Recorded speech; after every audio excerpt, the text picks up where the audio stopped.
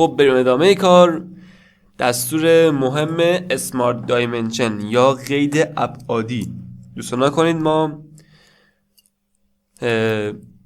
چیکار میکنیم؟ برای اینکه شکل مقید بشه به دو تا قید نیاز داریم، هندسی ابعادی، که در این جلسه الان میخوایم بریم، یعنی تو این هفته ابعادی رو یاد میگیریم با هم دیگه. ابعادی که اسم دایمنشن باشه، حالا ما مثالش هم داخل خود پی دی اف اینجا شما داریم. این اندازه گذاری دایمنشن من براتون گذاشتم که اینجا حالا توضیح براتون نوشتم و انواع اندازه گذاری براتون گذاشتم. بریم تک تکشون نگاه کنیم. همین اولی از همین میخوام براتون شروع کنم. مثال ساده است. این یه خط اینجا میکشم من. خب خط اینجا میکشم بعد میذارم، درسته؟ حالا اینو من میام، البته میگم انقلابت کردم با موس جسچر دارم اینا رو میکشم و فعال میکنم دیگه. میگه که از این بالا چون دارم تدریس میکنم بالا استفاده کنم، چون که میگم برای شروع و تدریس من اینا رو بهتون میگم، ولی توی پلنر اینجا نوشته که اصلا ما از حالا موس جسچر شورتکات توضیح میدم و از این استفاده میکنیم. ما اینا چیه اصلا؟ خب بریم اینجا، من اینو فعال میکنم. وقتی اینو بزنم میبینین که چی شد؟ کلیک روی اسم دایمنشن و روی خط.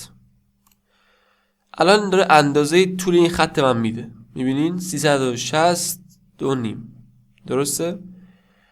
اگه سمت راست برم میبینین که 216.98 داره از این نقطه تا این نقطه رو میده.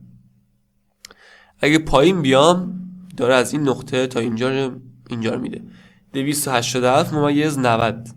خب پس سه حالت تو همین خط داشتیم ما: اندازه خود خط، ارتفاع که این نقطه تا این نقطه است و طول این نقطه تا این نقطه است. میبینین؟ اگه بخوام اینا قفل بشن با چار کنیم، باید کلیک راست کنم روش و دیگه قفل میشه. من چپ برم راست برم هر جا بالا پایین برم، میبینین این دیگه تکون بخور نیست، کلیک راست. موسی که روی این قسمت حالا یعنی این کنار هست آبی رنگ، میبینین اینو وقتی بزنم الان برام باز شد. خب کلیک راست کنم قفل میشه دوباره، اینا باز میشه دوباره، الان قفل شدش.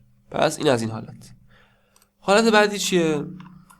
بذارین من اینو میذارم این گوشه، حالا این گوشه باشه، اینم خود این سالید ورک.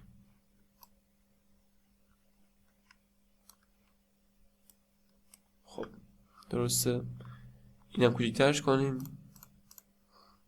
که سریع‌تر ببینیم. خب حالت بعدی دو دایره است. دایره میکشم اینجا، بعد یه دونه اندازه بهش میدم 260 مثلا 8.51.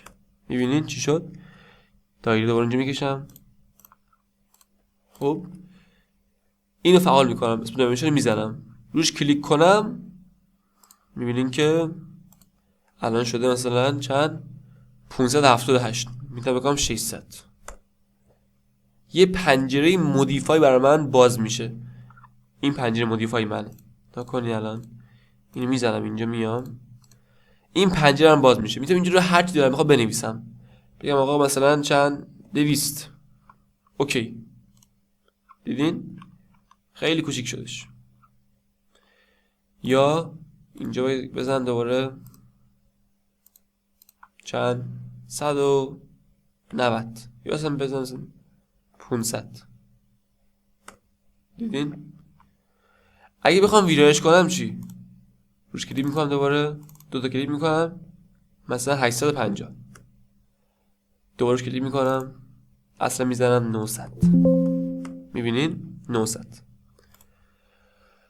یا مثلا بریم اینجا بعدی کمان بکشیم. اینجایی کمان میکشم من. خب بهش اندازه میدم، الان شده 3000. میدم 2500. میبینین آرش داره 2500 میده. یا مثلا یک نقطه بکشم با یه خط، از فاصلهش اینجا در بیارم. میبینین؟ خب این از این حالت. یا 2 تا خط بکشم زاویه بینشون بدم.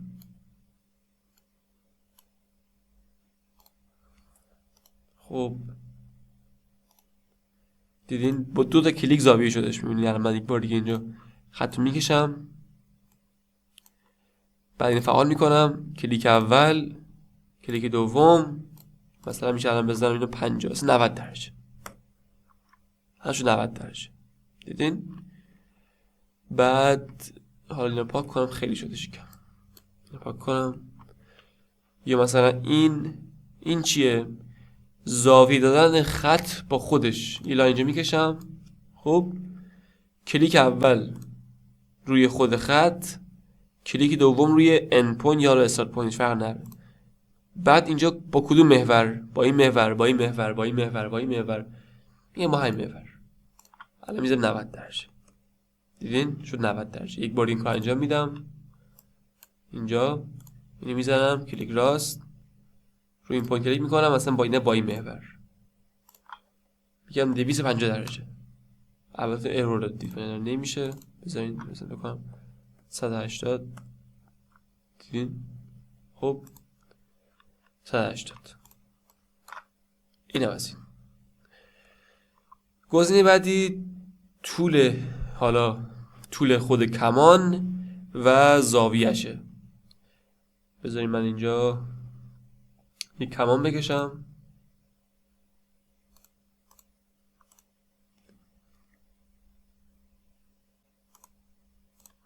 خب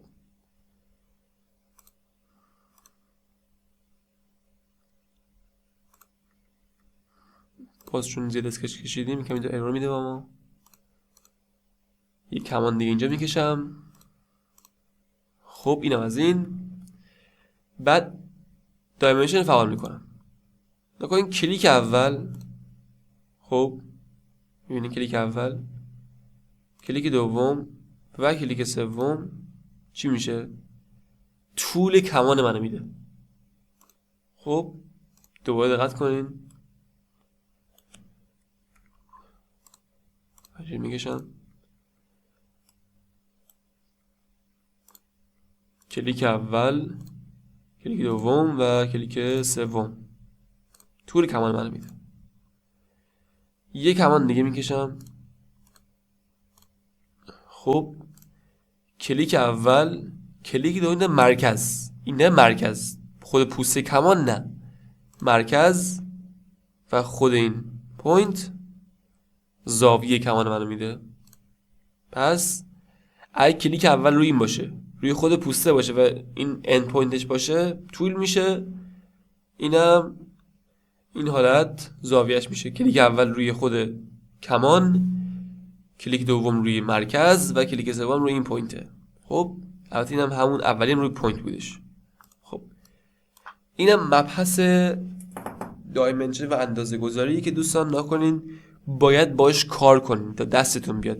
البته اینم نگفتم، این توضیح ندادم. باید الان برای خودتون همین که تو کتابتون هست رو بکشین تا دستتون بیاد. اینجا، اینم اینجا. خب فعالش میکنم. اگه کلیک کنم روی دایره و این دایره مثلا پیشورز مرکز میده، یا بیام چرا کنم مثلا همون اول روی مرکز کلیک کنم، خب ارور میده، بخوام این اندازه اضافیه. پاکش کنم درست میشه. خب این از این حالت. پس چی شد؟ هم میتونم خود پوسته دایره انتخاب کنم، هم مرکز رو، فرقی نداره. ولی اگه بخوام مثلا ماکسیمومشو بدم، یا مثلا از ماکسیموم بدم به مینیموم، یا اصلا از ماکس بدم مثلا به مرکز، چی جوریه؟ راهی داره؟ بله چرا که نه. دایره میکشیم، اینجا بنویسین واسه خودتون، حتما اومده بنویسین. دکمه شیفت رو نگه میداریم، اسپلایمنشن رو فعال میکنیم، دکمه شیفت رو نگه میداریم، کلیک اول مثلا کلیک دوم، دیدین چی شد؟ از ماکسیموم داره میده مینیموم. یا دوباره دکمه شیفت نگه میدارم، یا از اینجا، خب یا مثلا از کجا؟ از اینجا به اینجا. میبینین همش تقریبا در اومدش. میدونیم هر چی دلم بخواد با این دکمه شیفت استفاده کنیم. پس حتما این نکته رو خودتون بنویسین. حالا بریم تو قسمت خود دایمنشن ببینیم چه آپشن هایی داره. من یه دایره میکشم اینجا، بعد یه دونم خب میام لیدر. اینو وقتی بزنم انا کنین، وقتی زدم اینو کنین توی خود چیه؟ شکل من. خب الان این شکلیه. ببینین اینو وقتی بزنم الان میاد تو وسط دقیقا وای میسته برام. فرقش ببینین. خب این شکلیه، حالت شبیه گوشه‌ای اینجوری از گوشه میده. اینو وقتی بزنم با دست باید اول درستش کنم، بیا مثلا این شکلی میشه و این شکلی میشه. ولی این چی؟ این یه خط صافش میده. خب اینم که حالت چیر میده، آر میده. شبیه به همینه. بعضی تو نقشه مثلا این فینیست آره اینه. این اوکی میشه. یا مثلا این میتونین با دست خودتون جار کنین، برای خودتون همچین حالت بسازین. حالا اینو ما درستش کنیم. خب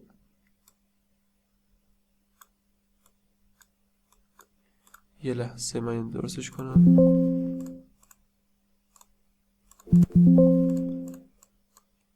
دوباره این بکشیم. خب این مثلا از داخل این شکلی میشه. نه آپشن مختلفی داره دیگه. بزنیم مثلا میتونید این حالت کمانیش کنین، این پوینت رو جابجاش کنین. خب بعد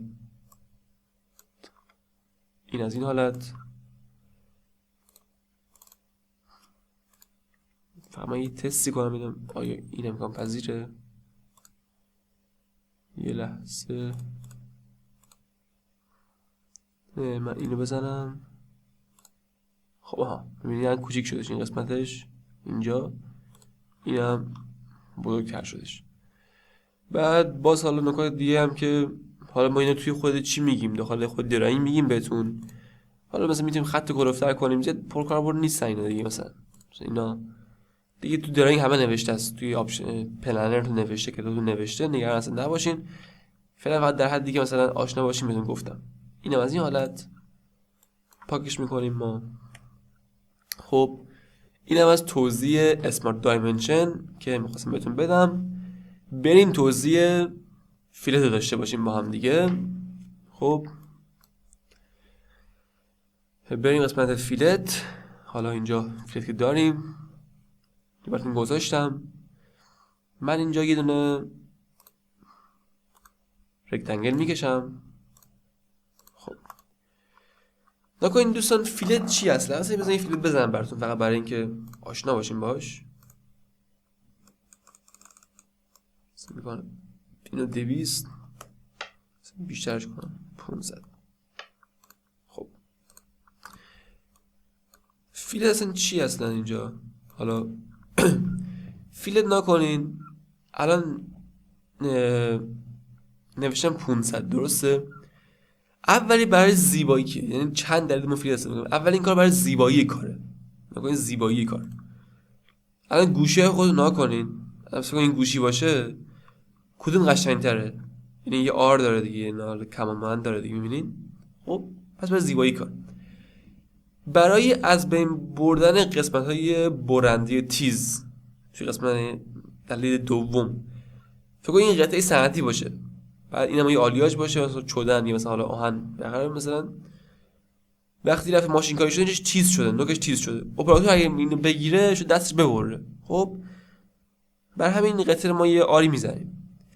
بعد کم کردن نیرو در قسمت‌های نوک تیز، همون تنشش ما کم. اگه مثلا فکر کنید الان بین نیرو من محکم بزنم، این نیرو تو این کمان پخش میشه، ولی چی؟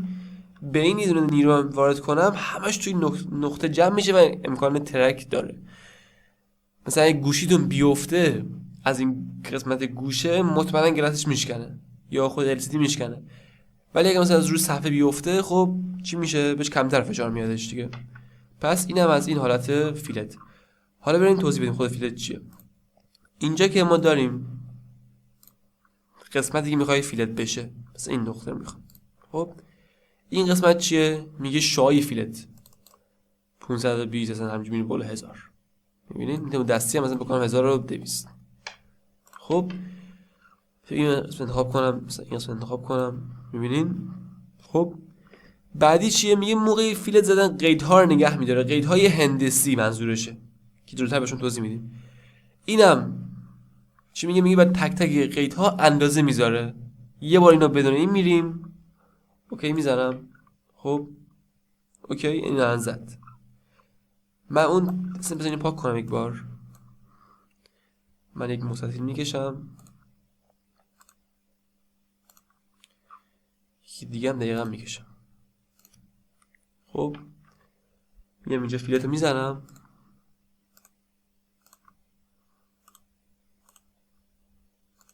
خب این الان 120.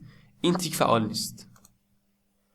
میام دوباره فیلتو میزنم 1200 به 120 نبود. اینم از این، اینم از این و اینو میزنم. بعد تک تک قیدها رو اندازه گذاشت. حالا مثلا خوبیش چیه؟ اینو من مثلا بکنم 1500، اینو تغییر نمیکنم، ولی اینو نکنین 1500 همه تغییر کردن. پس اینا فرقشون. نکته حتی میتونیم بعد دو تا خطی که با هم وصل نیستن هم فیلت بزنیم. یعنی چی؟ یعنی اینکه الان من اینجا دو تا خط میکشم. خب اینم از این، فیلت رو میزنم براش. میبینی خودش میاد بر ما یه فیلت میزنم. چی کمترش کنیم مثلا اینو من 500 به ایرور میدی یا نه؟ خب مثلا میگم اینو 2000. خب دیدین داره بهتر میشه. پس اینم از این حالت. بعد قسمت بعدی میشه پخ زدن، چنفر، میشه دادن زاویه و اندازه و دادن دو تا اندازه. حالا ما اینجا قسمتش داریم که من اینجا برای اینو باز کنم تا شما توضیح بدم. دیگه پخ و دیگه اکثر میدونین چیه دیگه. حالا ما توی پیچ ها داریم قسمتشون. خب میام اینجا یه دونه حالت پخ مانم بذاریم، اصلا یه دونه مستطیل بکشم اینجا. خب بعد بیام اینجا این پخو بزنم. خب اینو کلیک کنم با این کار میبینین که حالا 10 خیلی کوچیکه، اصلا بذارم یک بار صفر ببندم چون اندازه‌مون خیلی رفت بالا، براش این 10 الان خیلی کوچیک شده. اینم بزرگترش کنم که دید برای شما راحت تر باشه.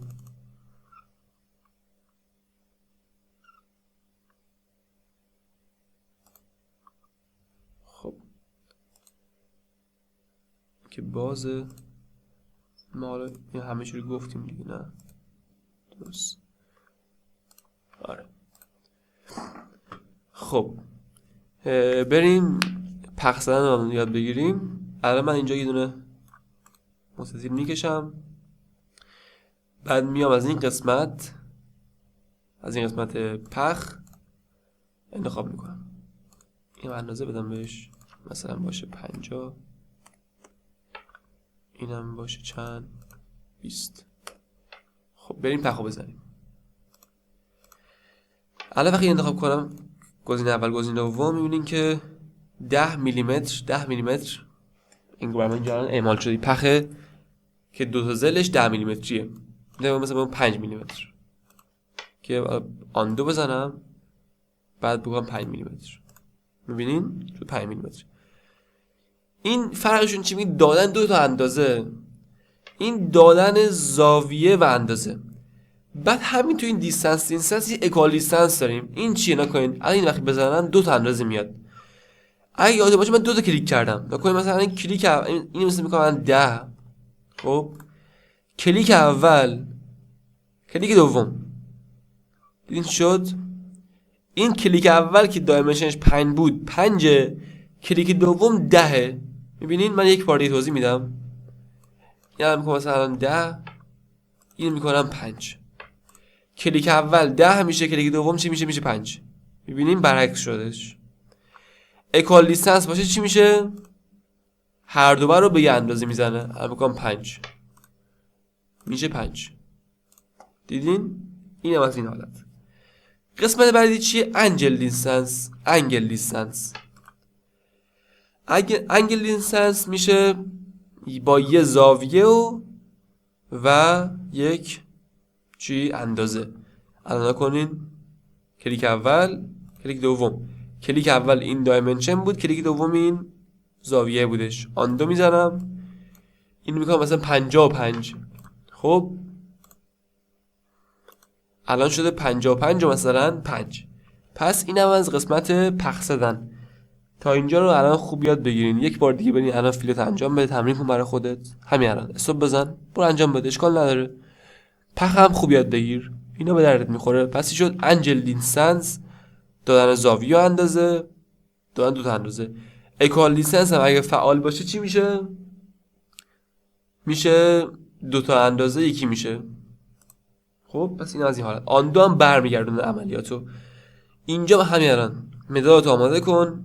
میخوام چند نکته خوب بگم که شما باید یادداشت کنید. الان نکته هم تو این قسمت ها تو اینجا نوشتم. خب نحوه خروج، بعد حالا اینا هستش که بهتون توضیح میدم. بریم حالا نحوه خروج رو اول توضیح بدم بهتون. اینو فعلا ببندم، بزرگش کنم. خب من الان میخوام وارد این اسکچ بشم. گفتم کلیک راست میکنم، ادیت اسکچ میزنم. خب من اینجا اگر دو تا کلیک راست کنم، از اسکچ من خارج شدش. یک بار دیگه دو تا کلیک راست، از اسکچ من خارج میشه. پس این اولین راه که از اسکچ من خارج بشه. دومین راه چیه؟ دومین راه اینه که من بیام این بالا خوشگل نوشته اگزیت اسکچ، اگزیت بزنم. و سومین راه چیه؟ سومین راه اینه که من بیام اینجا که دقیقاً همینه، اینجا بزنم. میبینین؟ پس چی شد؟ دابل کلیک بالا اینجا بزنم، این قسمت بزنم. پس اینم از این. یه تفاوت هست اینجا بین این و اینجاست. من حالا توی کلاسام این کلا جزوه تدریس کلاس آنلاین نمونه که مثلا به این حالت نوشتم، مثلا نوشتم مثلا متوجه بشن، کلا باید خودمون نوشیم. این که به شما دادم همینه، ولی حالت حالا نوشتاری و بهترش. میبینین الان مثلا اینجا نوشتم دوبار کلیک کنیم خارج میشه. یا این نکته اگه چند تا اسکچ مجزا ترسیم کنیم، خب اینا با هم دیگه یکی نیستن. یعنی چی؟ من توی سالید ورک میام این قسمت، الان یه دونه خط اینجا میکشم، میام بیرون، دوباره یه دونه در صفحه فرانت یه اسکچ میزنم، یه خط دیگه میکشم، میام بیرون، در صفحه تاپی که دیگه میکشم، دایره میکشم، میام بیرون. این چی شد؟ اینا هر سه تاشون یه اسکچ دیگه است. اسکچ 3، اسکچ 2، اسکچ 1. پس اینا یک اسکچ نیستن. میتونیم تو یک محیط حالا خود اسکچ چند تا اسکچ مختلف بکشیم. پس اینا هم از این حالت چی؟ اسکچ ها. آپشن بعدی گفتم بالا تفاوت دیسکارد و حالا خود بیرون اومدنه که اینجا ما داریم. اینجا ادیت هم که من توضیح میدم. اول جوابشون بگم، به ترتیب کلام بگیم. کلیک راست روی خود اسکچ و دلیت، تمام شد رفت. کلیک راست دلیت. یا اگه بخوام با هم دلیتش کنیم، یک لحظه انتخابش میکنم. چی شد؟ من انتخاب کردم بالا، شیفت رو دارم، کلیک اول خوش انتخاب میشه. نکنیم کلیک اول کل انتخاب شدش. دوباره میزنم کلیک راست دلیت. یس رو بزنم تک تک انتخاب دیلیت میشه، یس تو آل بزنم کلش دیلیت میشه. پس اینم از این حالت یس تو آل که کلش دیلیت میکنه. بعد نکته بعدی، خب آره درسته، ادیته. اینجا من اسکچ میکشم، دایره میکشم. خب الان مثلا میخوام اینو ادیتش کنم، ادیت اسکچ این بالا هست، ادیت اسکچ. خب این از این. یه حالت دیگه داره به نام چی؟ ادیت اسکچ پلین. اینو مثلا میتونم صفحه‌شو عوض کنم، صفحه تاپ نیستش، میتونم مثلا بیام اینجا اینو بکنم فرانت. خب الان این رو رفت صفحه فرانت، صفحه تاپ من اینجاست، میبینید رفت صفحه فرانت. خب اینم از این حالت. قسمت بعدی که دیگه گفتم تفاوت ایناست، اینو هم یادداشت کنم که ادیت اسکچ چیه، فرق یس و یس تو آل چیه، حتما یادداشت کن. بیام اینجا اینو وقتی بزنم مثلا اینجا یه خط میکشم، اینجا یه خط میکشم. خب اینو وقتی بزنم پر من این بسته میشه، می بیرون. خب اوکی، تا که اینجا میدونستی درسته. یه خط اینجا میکشم، این دفعه اینو میزنم، میگه discard change to the sketch، یعنی چی؟ چشم پوشی میخواد بکنه از این تغییر. میگم بله. چی شد؟ اون خطی دیگه نیست. فرقش رو متوجه شدی؟ این میاد بیرون ولی از آخرین عملیات هایی که تو این صفحه بود چشم پوشی میکنه. ناکن. الان من اینجا یه خط میکشم، اوکی، میام بیرون. دوباره تو همین اسکچ حالا چند خط میکشم، مثلا این ور بالا پایین هر چیزی بخواد میکشم. خب اینو وقتی بزنم برمیگرده به چی؟ آخرین ادیت قبلیم. آخری چی بود؟ این دوتا بود فقط دیگه. پس فرقش متوجه شدیم مطمئنا. الان بزنم اینجا هرچی بکشم، اوکی بزنم، اینا میمونه. الان آخرین ادیت من اینه، اوکی. من بیام اینجا دایره بکشم، مثلا یکی دو تا سه تا، مثلا فرق نداره. اینو بزنم، دیدین تغییر کردش. پس از آخرین ادیت من این چی میشه؟ چشم پوشی میکنه. پس اینم از این نکته. ببینم باز نکته دیگه مونده از این قسمت. خب نحوه سیف کردن رو بهتون بگم. خب نحوه سیف کردن، وقتی ما میخوایم سیف کنیم از این قسمت، سیو و سیو از که داریم، مثلا سیو وقتی سیو از بزنم، حالا پوشه مشخص میکنم اینجا اسمش هم که داریم نوشته. یه سری اینجا ما چی داریم؟